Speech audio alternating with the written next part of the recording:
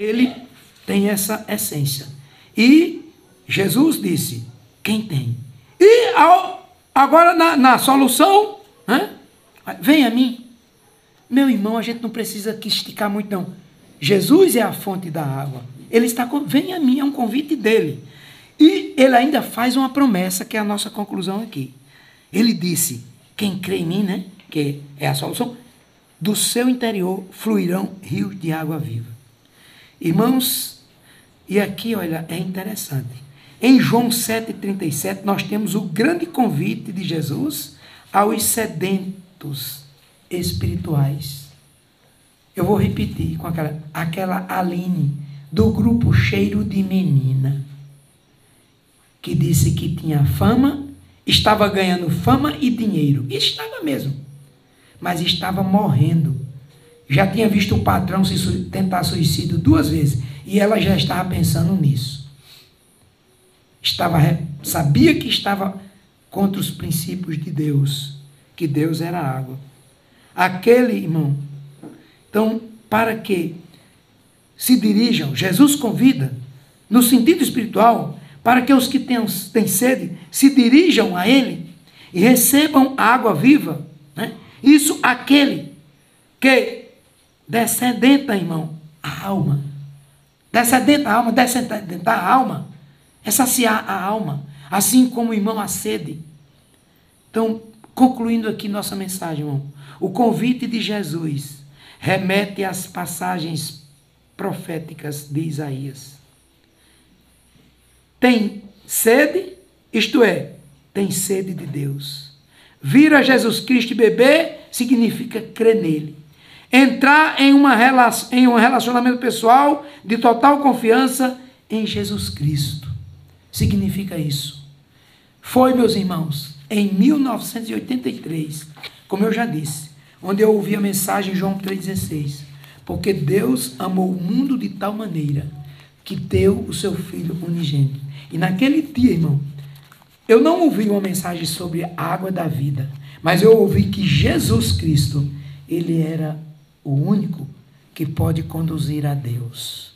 É o único que pode salvar, porque foi o único que ofereceu sua vida. E foi ele que João Batista expressou: eis o Cordeiro de Deus que tira o pecado do mundo. Vocês estão lembrados? Um homem morreu no pecado, um homem morreu para o pecado e um morreu pelo pecado, Jesus. Amém. Queridos ouvintes, não tem outra saída. Vou terminar, não é para fazer medo a ninguém, mas eu gosto muito de expressar as realidades. Todos nós iremos partir. Assim como a Bíblia fala de 3 tipos de morte, a Bíblia fala em morte física, morte espiritual, aconteceu lá no Jardim do Éden, e morte eterna. Veja que tem expressões claramente. Morte física é quando, às vezes eu uso um lápis bico, eu arranco aquela parte, olha, a alma vai para o lugar lá, se é salvo, a Bíblia diz que vai para o céu, se é perdido, a Bíblia diz que vai para o inferno, o corpo vai lá para o cemitério, ou fica lá no mar, como diz Ulisses Guimarães, talvez o tubarão comeu. E veja só, ninguém sabe. Irmãos, a morte espiritual é uma pessoa viva. Adão estava ali, Deus pegou um chicote, sai daqui, expulsou ele, botou lá para o riacho do navio, né? Vocês sabem da história? O homem vivo, mas separado de Deus, da comunhão. E a morte eterna, irmão, aí, veja só, a morte física tem solução. João 11:25, ressurreição. A morte espiritual também tem solução. Jesus, ele vivifica. Agora, quando se trata de morte eterna, como é que pode recuperar o que é eterno? Que é a mesma questão, irmão, da salvação. Como é que se perde salvação se Jesus diz, minhas ovelhas, eu dou vida eterna? Se perde, não é eterno. Então eu tenho dificuldade de entender essa teologia que se perde salvação. Porque Jesus diz, minhas ovelhas, eu dou vida eterna. Se você perdeu, não é eterno. Então Jesus estava com uma conversa aí meio atravessada, né? Então eu acredito que é eterno mesmo. Não se perde porque é eterno, porque é Ele que deu. Isso é teologia viva. Então, meus amados, já está dizendo, morte eterna. A morte eterna, ela não tem mais solução. Exemplo, aquele camarada que estava lá no inferno, aquilo não é parábola, não sei se o pastor Soares acredita, como eu, pastor Luizinho, não é parábola, é uma história real. Parábola não diz nome de gente, é uma comparação, um certo, lá diz Lázaro. Então veja só, irmão, Jesus ali contou uma história real. Morreu, foi para o Hades, o inferno.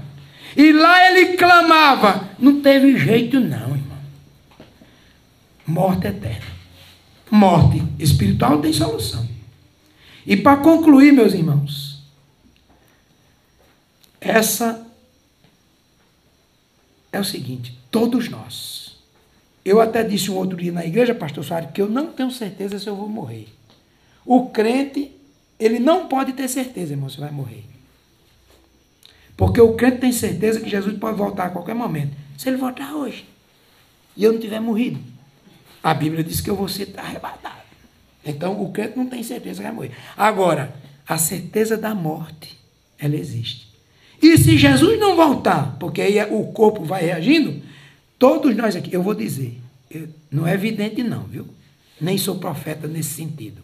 Mas só existe, todos nós, não tem um aqui. Todos nós vamos morrer de uma dessas 3 mortes, pastor Luizinho. Só tem 3 maneiras de morrer. A morte natural, irmão, aquela igual um passarinho.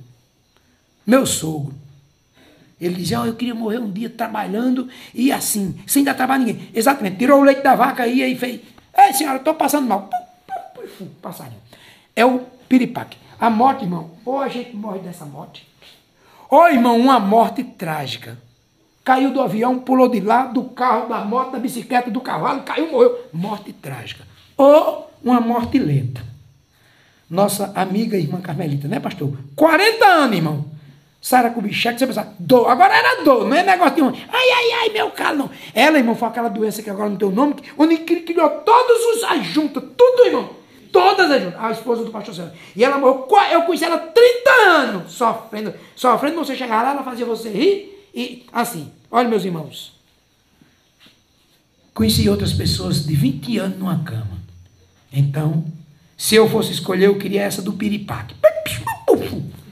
Mas, por exemplo, irmão, para mim vir para cá, irmão, olha, irmão. Irmão, eu troquei disco de embreagem. Eu troquei pastilha de freio. Eu mandei concentrar o freio, irmão. Isso com medo de descer essa serra, irmão. Morrer desse carro vai capotar comigo.